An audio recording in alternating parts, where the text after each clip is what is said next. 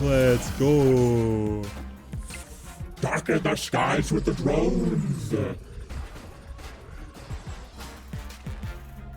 This is how Ultron does it.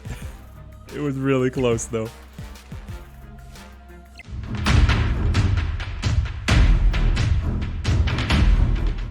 Welcome back, my friends. We are still in the wonderland of testing out the new balance patch and the possibilities that come around with deck building and all the changes that we were just given.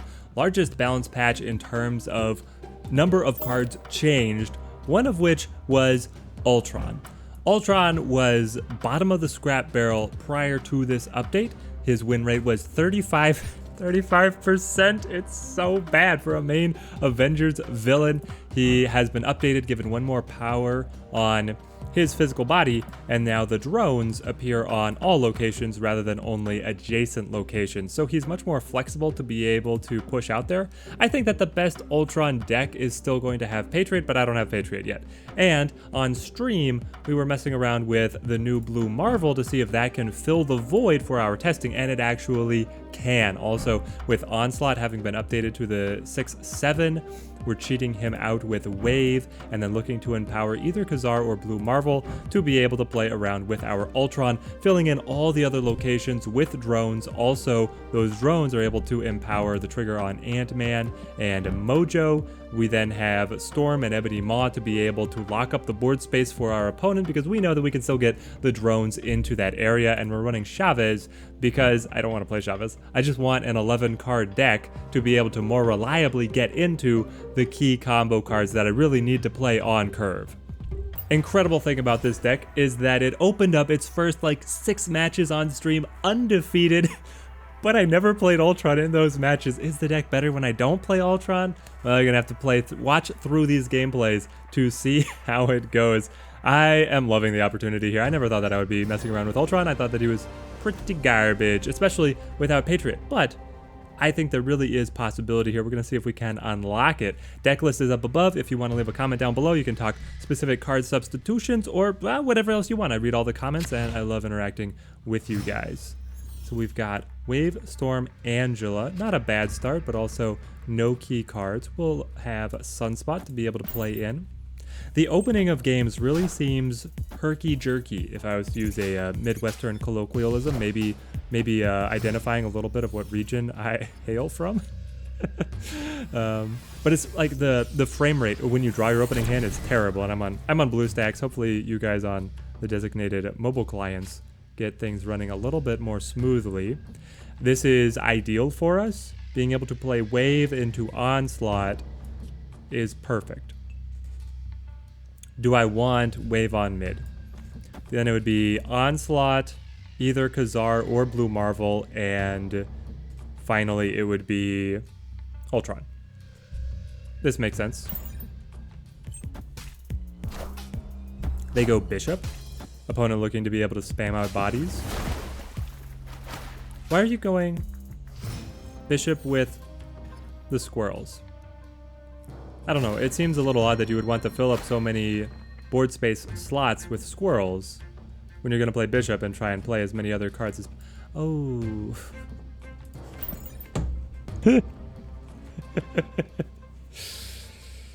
Okay, so we just take a turn to pass because neither of us will be able to play. We got Tinkerer's Workshop, which would let us cheat Wave out there. The hilarious thing is it's not a game loser because we had the Sunspot. But it does mean that we don't get to cheat out the Onslaught, which was kind of what we were predicating our entire tactic around. Do I want to use Storm? Not really. I kind of just want to play Angela and then either Kazar or Blue Marvel, depending on what we draw. And then Ultron.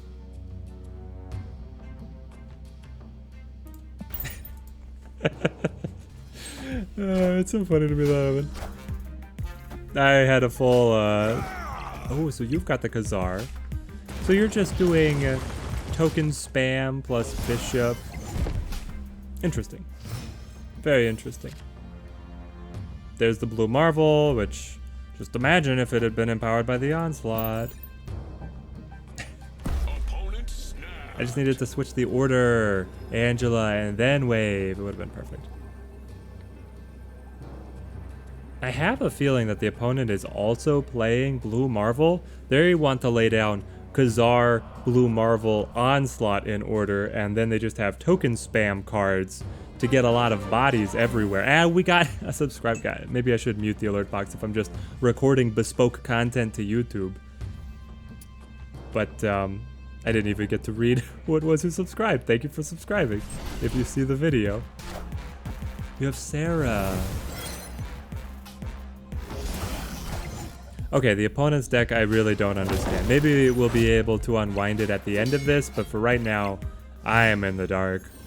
Why do you run Sera with Kazar? Because Kazar is empowering 1-drops, and Sera does not discount 1-drops. Sera Bishop makes sense. Kazar, Squirrel Girl Sera does not make sense. I guess the idea is you wanted to play all your 1-drops prior to playing Sera? I don't know. The opponent snapped. I don't want to double down, but I do want to see how this rocks out. We got a lot of power onto Sunspot. The opponent is definitely not playing Killmonger, though they might be playing Elektra. We have Ultron being able to drop down for a big swing with all the drones. So he is adding 7 drones, which collectively are going to be 14 strength, and then he himself was an 8 strength body, meaning he's a 22-point swing that's also buffing the Angel. They did have the Elektra. They had the soul read on us there. Okay. You got me. And then they had the Ant-Man. But what do you have on left? That's where I'm really worried. We need the opponent to be at 8. Ooh. Green Goblin taking up one of our spots for a drone. Though hilariously, he is buffed by the Blue Marvel. We win these? Let's go. Darken the skies with the drones. This is how Ultron does it. It was really close though. Man. Let's go. So there we are. Game 1 of Ultron. Victory. In the history books. And we won with Ultron on the board. In spite of our hilarious misplay at the beginning, which fed power onto Sunspot, which we thought was okay, until they kill the Sunspot later on, but we still win. Wow. If you guys enjoy the Marvel Snap content, then subscribe to the channel. We've got so many projects going on. You'll also get notifications of when we go live. You can hang out in the chat, be able to see when we deck build monstrosities like this one, honestly. Most of the decks I come up on my own time, and then the streams we just kind of play through highlights of some of my favorite decks, but then sometimes we take on deck building challenges, especially around a new balance patch, being able to get input from a lot of people, mess around with what we can create, and sometimes some gems in the rough are found. Not saying that this deck is especially competitive, but it is very fun.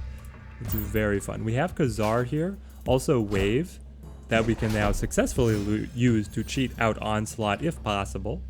Setting up Angela early. We will not play into our folly of before. There's the Ultron.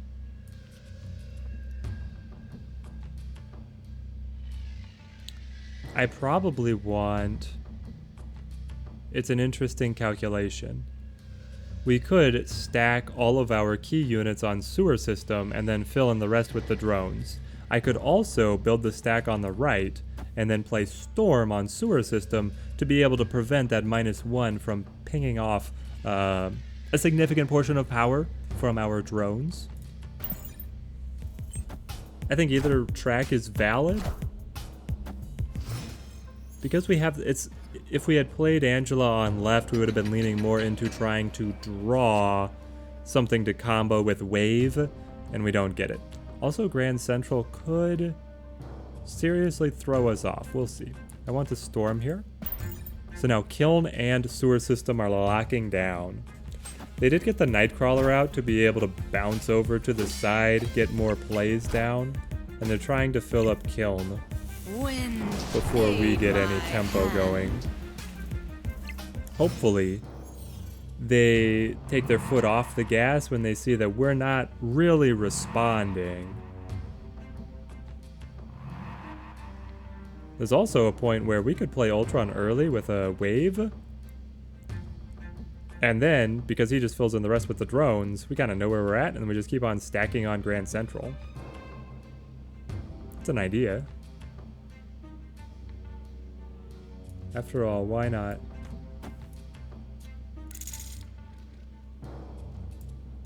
Yeah, something like this. Because then I play Ultron. I get a card for free, which is either going to be Ebony Maw or Kazar. Ooh, if it's Ebony Maw, we are sunk. Well, I guess that's how we play it. Take the 50-50? I don't recommend that. I don't recommend just taking the 50-50 on having your game plan destroyed by the Ebony Maw swinging on Grand Central, but we're going to play to the heart of the cards here. Flooded. Locking us down. We do get Mr. Mojo. Okay. Now the opponent probably has a Hobgoblin. If you play Daredevil, you have to assume they have Hobgoblin and Professor X. Professor X they can't play, because I believe that would lose them the game. Hobgoblin they certainly could. And then that would also lock us off from being able to have our turn 5 play. Yeah, we're quite susceptible to the Hobgoblin, but they have the Red Skull. So, yeah, Zero canceled it. I was wondering if they were going to follow up with Venom, but they have no need. They're looking pretty here. Now we get the free card, and it is the Kazar. That's what we needed. Do something crazy to them. Something devastating to them. Rescue. Well, rescue is actually really good for them. Maybe we can get an Onslaught here? An Onslaught would be... That would hit this... Oh, yes. It has to be Chavez. I haven't played Chavez in a while, guys. You have 2 cards in hand. Do I expect you... Well, yeah, Chavez is the best. 9-point play. Well, it's 11 points. But we're also winning. Kiln and Flooded. Do we anticipate they have any way to influence these other regions? The sad thing is, yes. I kind of have to expect people are going to play Doctor Doom. Everybody plays Doctor Doom, but does this deck play Doctor Doom? This deck is playing the big bodies. Red Skull, Zero. Ah, I'm going to snap. Come on, I have the lead across the entire board. There. Ultron wins back to back. I'm speechless at how much of an improvement Ultron has now. Because that was something he would have never been able to do before. Before, when he was filling up his drones to only adjacent locations, he never would have been able to have the flex. You had to play him in the middle. And the middle was locked down on turn 4. So now, he has the full reach. And it actually works a lot better. Into battle once more. Onslaught, Kazar, Wave. Once again, we'll attempt to use Wave successfully to cheat out the Onslaught. Empower the Kazar. Oh, but the TVA, sure. So TVA just blows us out. Unless I get Storm. Maybe we can turn this into a normal game. We'll see. It doesn't work out very well timing-wise. So we play the Widow's Bite. Do I want to play Wave? Or do I just want to put power on Sunspot? If I play Wave, it just means that we can only play 1 card next turn, which the opponent is in the same predicament. But we don't have a huge 6-drop. They could be playing a deck with something like, I don't know, Giganto, Magneto, any of these guys. So I probably don't want them to have access to that. We'll play Sunspot. We've got the Lady Sif, and it cuts the Magneto. They're preparing for Ghost Rider. Interesting, very bold of them to continue playing Ghost Rider with the 3/4 Lady Sif. I felt like that nerf was devastating to the deck archetype. And now it's just a game of chicken. I play Kazar on 1, you're gonna play your card on one of these locales. Which one is it going to be? I think you're gonna go to Grand Central. I'm gonna flip Dream Dimension. The calls have been made.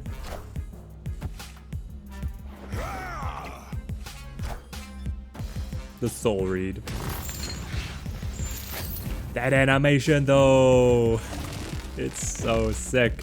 Oh, but yeah. All right, hats off to the opponent. I was all cocky. The Magneto pulls the Kazar over. Yep. Yep. Maybe this is a note from on high that I should be a little less arrogant when I'm recording these. Angela, Blue Marvel, and Wave. There is still an argument to use Wave to cheat Blue Marvel. We'll see. Can we compete for the raft? Not with them tossing out Yellow Jacket Yondu, but and now we lose the Onslaught that I would have been able to play with the Wave. Well, this is turning against us very quickly. Superflow though. Superflow makes things a little interesting. We get to play with a little bit more funds. What are we able to do with those funds? Angela and Ebony Maw. Well, don't mind if I do. I'll play the Ebony Maw on right. They're gonna cut off my Superflow with the Green Goblin anyway, so now we're back on 3 energy next turn. Ugh, this is harsh. I do appreciate that I have found an opponent that also levels all of their cards to gold, and that's where they stop. We'll go Wave here. Try and slow the opponent down, filling up Stark Tower. Ah, you wanted to go straight for the raft win. No, but this way I don't get the buff on Angela, do I? That's unfortunate. If we'd been able to flip first, we could have stolen the extra buff on Angela, which would have been very interesting. It does neutralize the Superflow. Okay, so Blue Marvel is just better than Kazar, but it's actually really close. Kazar has 1 more point on his body, but Blue Marvel is able to buff cards of all costs and not only the 1-drops. Well, we're gonna be mostly playing with 1-drops, let's face it. Now, do I play Kazar or do I play Mojo, actually? That's a spicy one. Because here Kazar will be able to add the extra buff to all the Ultron drones, but Mojo will be able to trigger. Are we winning the raft anyway? I feel like we have to be winning the raft anyway. They do have Sunspot to get more power coming in, but we're still scaling on the Angela. We're dropping down an 8 power Ultron body.